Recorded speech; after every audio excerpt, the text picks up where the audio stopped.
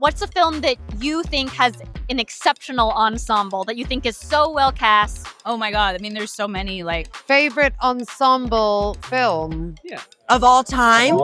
This is a great question.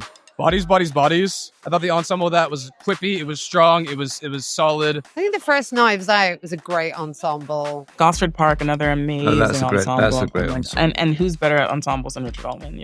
Well, sort of every Altman film would be a good way to put it.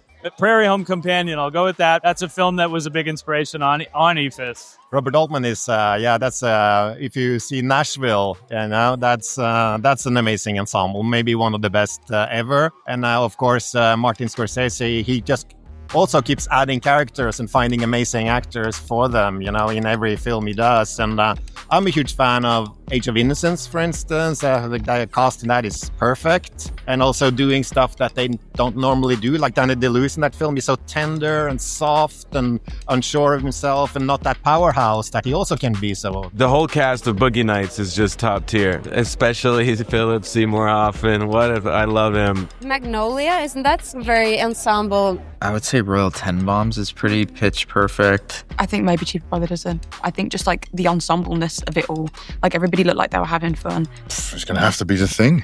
I mean, it's a big ensemble to be in an isolation setting and play this array of distrust. It must be difficult, but also very fun because there's so many different personalities being played in it. Moonlight, beautifully cast. I was thinking about this. I started to panic, and then I was like, oh my God, what if I just say like Paddington 1, Paddington 2, Paddington in Peru, and Tropic Thunder. Tropic Thunder, that's another one, I guess. Thunder. Yeah, it's a great ensemble. Yeah.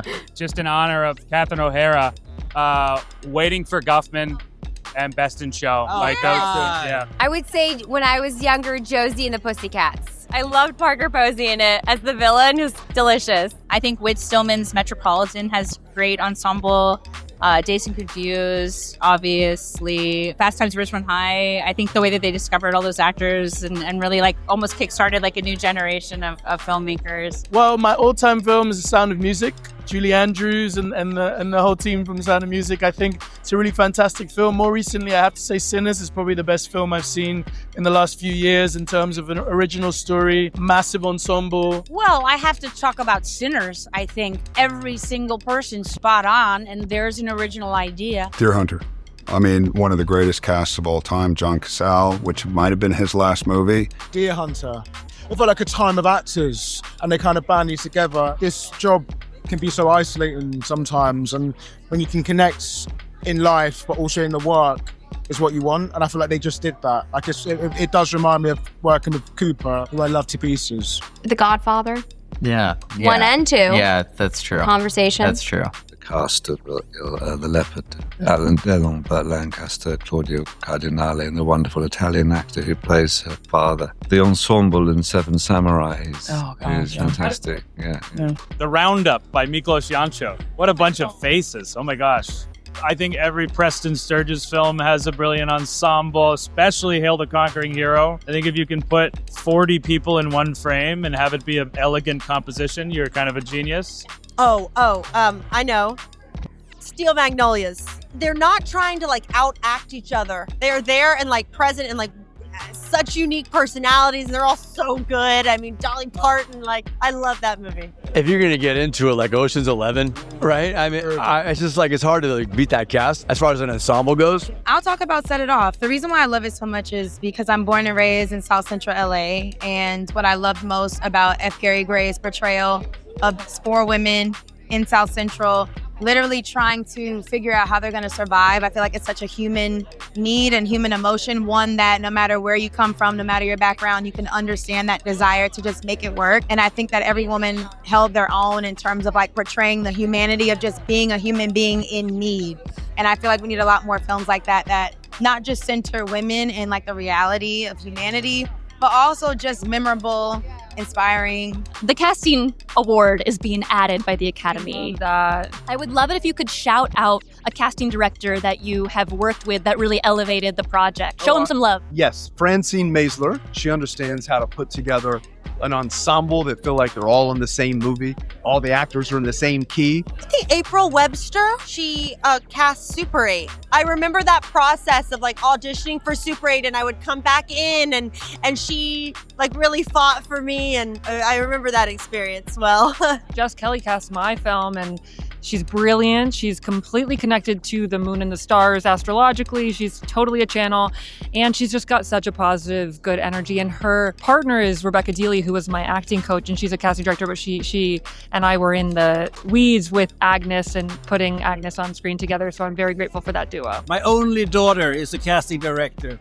So, and I know what a hard work it is. She has to know all the actors, but she also has to make all the actors feel comfortable when they're doing casting sessions. It's such a weird thing because I'm not good. I can't do self-tapes. I can't do those things because I'm not good at casting. So the casting director has to make the actor be as good as he would on a film, on a casting session, which is unbelievable for me. So I work with incredible casting director Shaheen Baig, who also worked with a local casting director, Kemi Lala. I sort of lean on them. I trust them a lot. I think casting's 80% of the job. If you cast the right people as a director, it makes your life and your job a lot easier.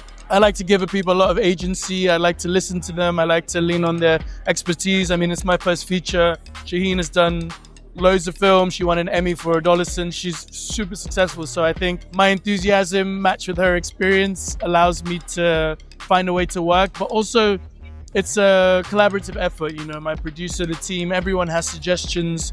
And then really, it's the best person, it's the most believable person for a character that we always lean into. Well, they've been essential in my life. Oh, I'll just pick Ellen Lewis, for example, one of the great casting directors. It's her knowledge of every generation of artists and her awareness of how to bring them to the attention of the director and what they're looking for and how to expand a director's vision of what is possible. Sheila Jaffe, the different people have had a big impact on my career, the way I think, of helping you think, expand your vision. Ellen and Sheila were both casting the first film I directed, and they suggested Little Jimmy Scott for a part of a gambling addict. Little Jimmy Scott's a jazz musician, but like, have you seen him play? I was like, no, I haven't. Went to go see him play, and I met him, and he was amazing, and he was amazing in the movie, and I would have never thought of that. You know, and it makes the movie so much richer. Their work is actually it's like a spider web. You know, directors, they work on one movie at a time, but casting directors really work with the whole community. So often, I've gotten parts because a great casting director clocked me for parts I didn't get. You know, I would go in and I'd crush this audition, but the director was a moron and I didn't get the part. But the casting director called me back for another movie, and they would keep bringing you back. And you get on their list of people they believe in. And that's a list you want to be on. And so, I don't know, they've been very important to my life. This is the third film that I work with Gabriel Dominguez. He's incredible. He's a great partner because I really believe that the casting process is the most beautiful moment of making a film. I think writing the script is the toughest. Shooting is great. Casting is the most pleasurable because that's where you find the people, the faces, the bodies that will make the film exist. It's wonderful to make a film and show the diversity of the human condition in a film, you know? I think I learned a lot about that watching films by a filmmaker from New York City called Spike Lee. When I saw Do the Right Thing for the first time, I was introduced to a new way of showing people in New York and in an American film. This is something that I really enjoy doing, having all kinds of different men, women, kids, old people. And I think the casting in The Secret Agent is something that makes me very happy and still moves me. And I have to thank Gabriel Dominguez for that. A casting director is not that different to me than a DP or a production designer. They are part of the world building. You know, they're part of the ecosystem. They're building a world. So I think this role is amazing. It's finally getting recognized. Casting, I think, is everything, and like, your actors are ultimately like the author of the movies. So you really want to find people that you feel like have your sensibility, really can imbue the tone of the film, like even in a facial expression. There's like a nice like spiritual sensibility when you find someone. All the kind of writer-director casting relationships I really admire. You feel like the lead actor is sort of like the spiritual embodiment of the film or of the filmmaker, like Kyle MacLachlan and David Lynch or something. And I felt like when I met Isaiah for I Like Movies, like he was like me, but as a 17-year-old boy, really. And it's not who I ever would have thought I would be, you know, but we just really clicked. And, you know, my films are so autobiographical that it's almost like the Eras tour where I'm just like looking for the next incarnation of myself. But yeah, I think you're also trying to like add more colors to your palette. So it's weird with casting because sometimes people will make lists and they'll tell you who has value, which is such a fucked up thing to say about an actor. And if someone is on one show, maybe 12% more people in China will watch it. And that's not a way to think about art. So I think you just have to find like your soulmate.